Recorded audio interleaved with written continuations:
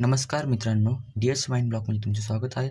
आपण पाहतोय domain management. Domain काय असतं की एखाद्या वेबसाईटचं युनिक नाव असतं जे की आपण रजिस्टर करत असतो, जेणेकरून जो यूजर आहे तो एक पर्टिक्युलर नाव एका सर्च बारमध्ये टाकून तो आपल्या वेबसाईटला व्हिजिट करू शकतो.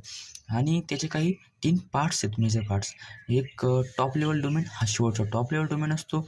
हा असतो आपला थर्ड लेवल डोमेन, हा सेकंड लेवल डोमेन असतो.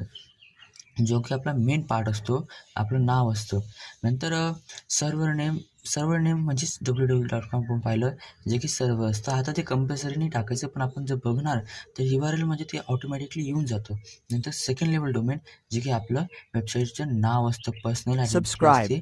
नंतर टॉप लेवल डोमेन जसं की .com, .net, .organization हे particular DH Mind Block. Parts असतात. डोमेन सिस्टम कशी काम करते, एक IP ॲड्रेस असतो आपल्या वेबसाईटचा जो आपल्याला दिसत नाही, पण तो असतो. जर आपण तो पर्टिक्युलर IP ॲड्रेस आपण टाकला तर आपली वेबसाईट ओपन होईल.